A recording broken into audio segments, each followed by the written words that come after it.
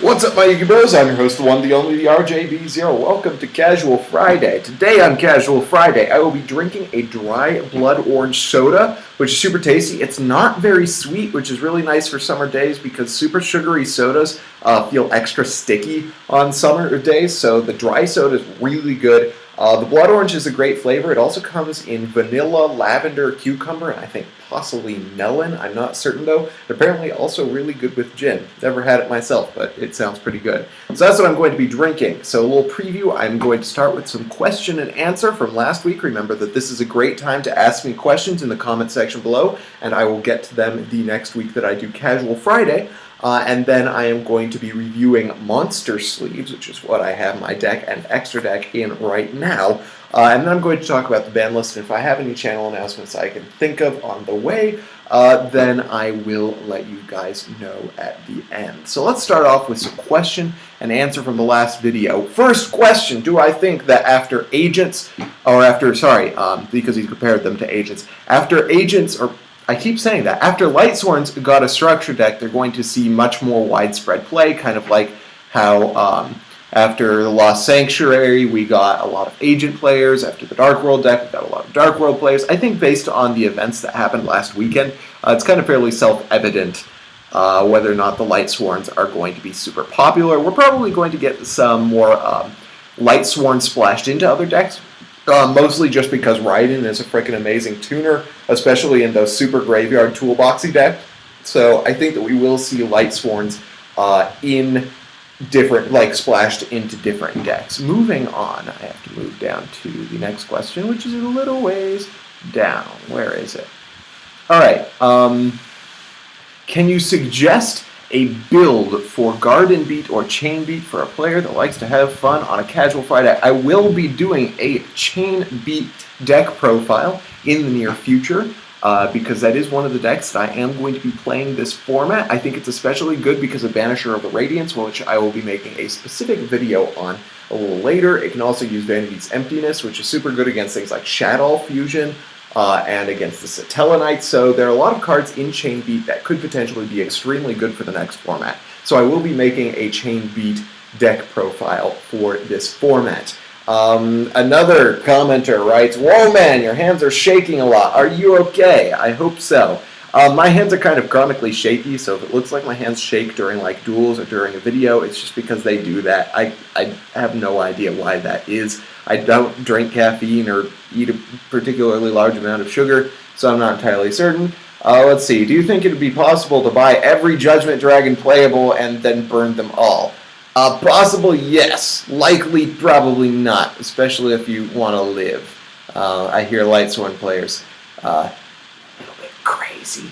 Okay, do you think that Soul Charge and Moral Talk are going to get hit on the ban list? Well, I'm going to be talking about that later. Mojoel001 writes, question, bring some drinks to locals. The answer to that question is, alright.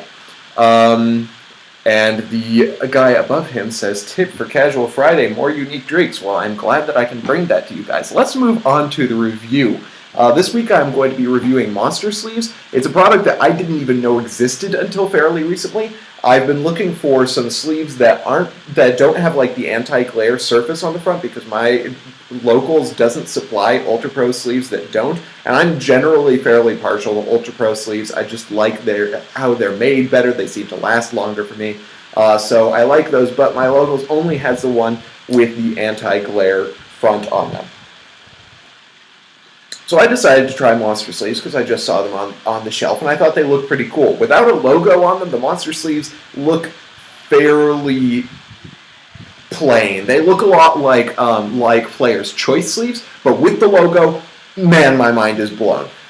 You're going to have to see this for yourself. So I have my entire deck and extra deck in Monster Sleeves with the logos, and what I like to do, and what a lot of players at my locals like to do now that we've discovered that you can do this, is to combine 2 packs of sleeves of different colors and put your main and side deck in one color, and then put your extra deck in another color, and it just looks amazing. I prefer black and white, so you can see how that looks. Whoops.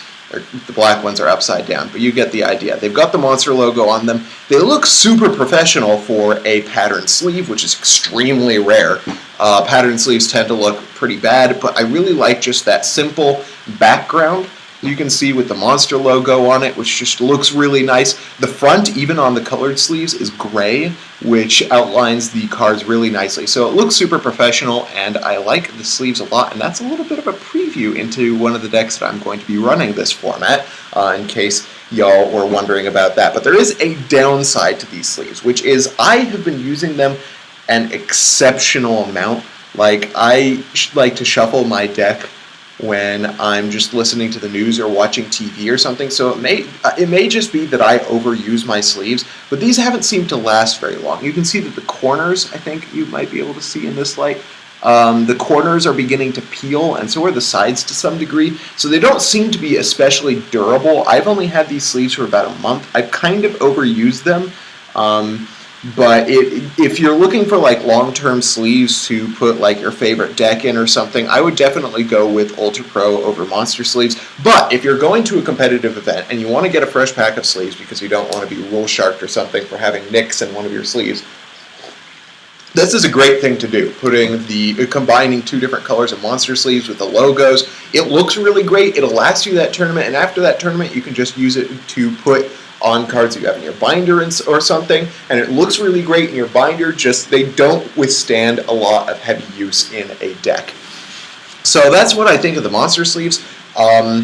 Once again, I wouldn't recommend them for long-term use, but they look really nice, and I'm probably still going to use them on my decks, even though I say that you shouldn't, because I just love how the combining the two colors thing works.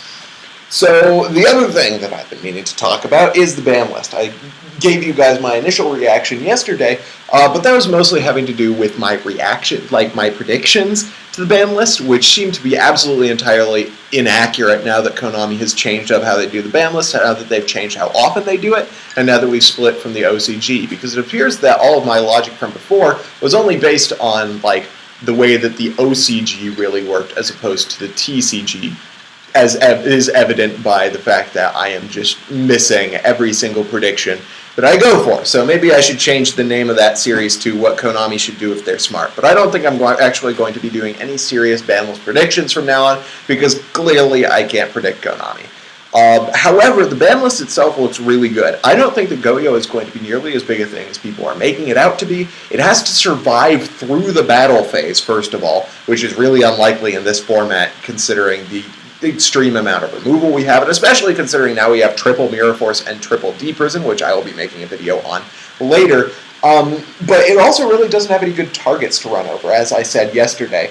I just can't think of anything you would want to run over with Go-Yo this format. Maybe you can't even run Master Key Beetle over. You can't make it with Ophion. I don't know. It just doesn't seem like as good a card as people are making it. But this format actually looks really nice. It means that players can be running a lot of the decks that they've liked to run. Sylvans can stick around. It looks like my global prediction was off, which makes me kind of sad because I would have liked to have seen Sylvans with global. But it does mean I'm super happy because it does mean that Mermails are going to have been Tier 1 for 2 straight years, which is super cool. And I actually like Mermails. I have never gotten to play them in real life, and I have a friend at Locals who has an entire high rarity Mermail deck and is trying to get rid of them.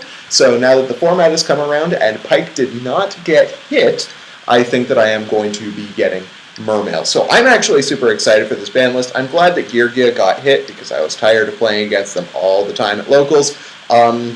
And speaking of playing things all the time at Locals, this just has a little bit to do with the video that I made for the Next Great YouTuber competition for round 2.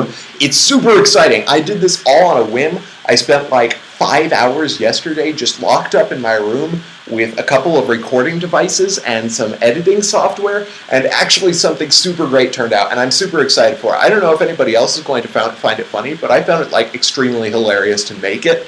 So I hope everybody else is excited. That should be going up next week. I'm not certain when next week because Underworld randomizes the videos. But I think that it's going to be a heck of a lot of fun. So I'm actually looking forward to this round, even though I was stressing about it like crazy up until now. So that's just kind of an update on the next great Yu-Gi tuber.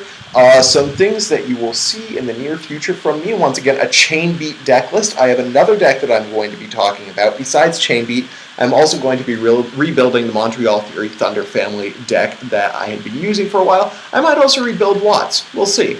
But those are just some things that you can look forward to, including that Banisher the Radiance discussion that I think I mentioned earlier. And that's all I have for you guys for Casual Friday. I hope you guys liked this video. If you did, hit that thumbs up button. If you didn't, let me know why in the comment section below. And remember, if you have any questions for me, Yu-Gi-Oh! Related or not, just post them in the comment section down below, and I will probably answer them during the next Casual Friday. Meanwhile, thank you guys for watching. I'm your host, the RJB0, and I got a jet. Happy 4th of July.